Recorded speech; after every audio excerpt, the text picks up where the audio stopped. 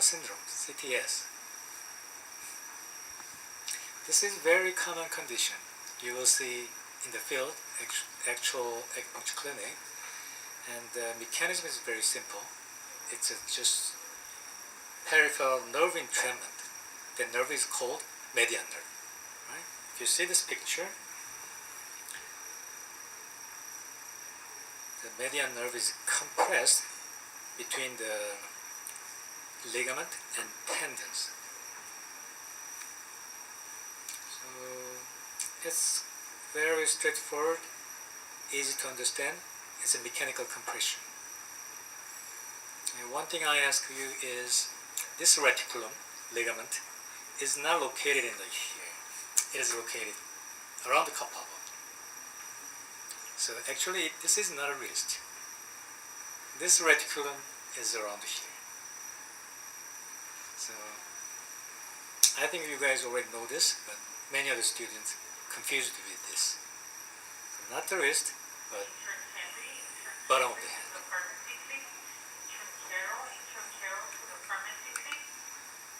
And this is tarsal tunnel syndrome. This is tarsal tunnel, the medial side. It's sharing same name, carpal tunnel and tarsal tunnel, but this condition is very rare. Shooting pain through these soles, and numbness and tinglings can be presented. And test is the same, thin nail and fallen size. If there is any kind of nerve irritation and the nerve is located in the superficial area, right under the skin, whatever the nerve is, you can check by tapping it. If it is right under the skin. So you can check tarsal tunnel syndrome with the same way, just tapping.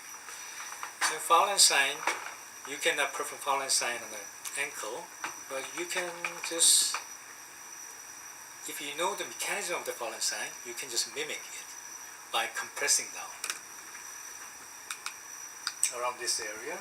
You can compress and nerve get irritated and numbness or tingling got worsened, and you can suspect tarsal tunnel syndrome.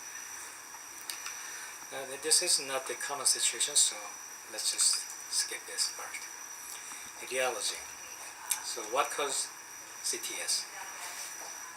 The red part is interesting. TFCC. Do you remember TFCC on your wrist? This is the cartilage problem. So it is very similar to meniscus injury in the knee joint. And CTS, carpal tunnel syndrome, is very similar to disc herniation on the wrist.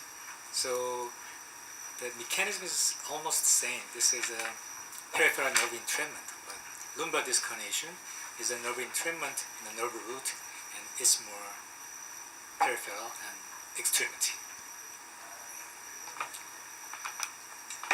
So what do you think is the etiology of the CTS? It's very intuitive. We think if we do too much work, computer work, and overuse injury on the wrist, or do you know Korean people wipe the floor like that? Oh, do you? Yeah, it's very unique. And we think this kind of labor make the carpal tunnel syndrome. But if you see these two studies, one is Danish study and one is from Mayo, it's a quite large amount of population, and of course it is a survey, but both study shows there is no relation between occupation, especially the computer work, and the CTS. So it is the controversial. And this is another study. If you see the finding column here, you can easily see no, right? So no association.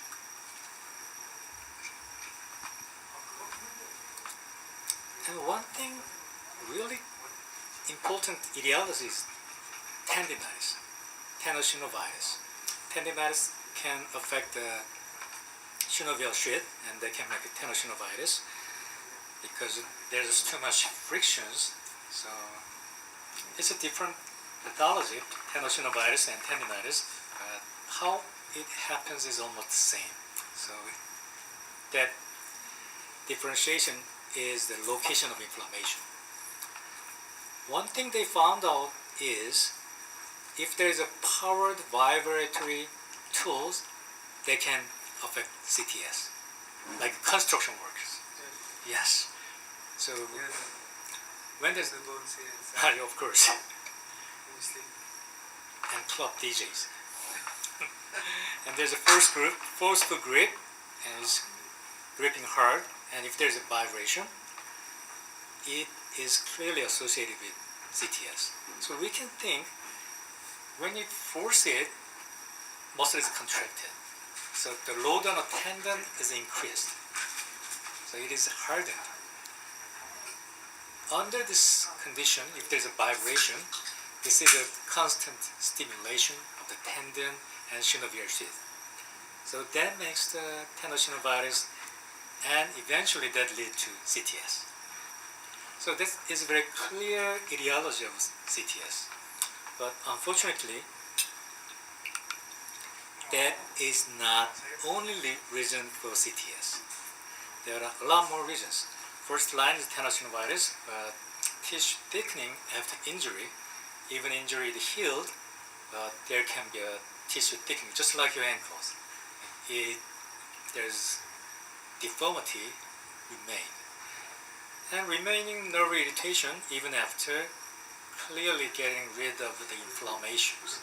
Sometimes all the underlying cause is gone, but they still have nerve irritations. And conditions that can cause swelling in the joint, like obesity, rheumatoid arthritis, gout, all the systemic disease, they can affect CTS too. So CTS is not a linear etiology disease. It has very multifactorial reasons. And all these conditions are connected to CTS. So CTS is not a simple disease. So if it is connected to tenosynovitis, it can be simple, but too many factors are associated with CTS. Conclusion. It is a multifactorial etiology and partially related to tenosynovitis, the inflammation here, and repetitive movement with the forced grip has something to do with CTS. This is the conclusion. And diagnosis. This is a simple test for CTS. Have you seen CTS patient a lot?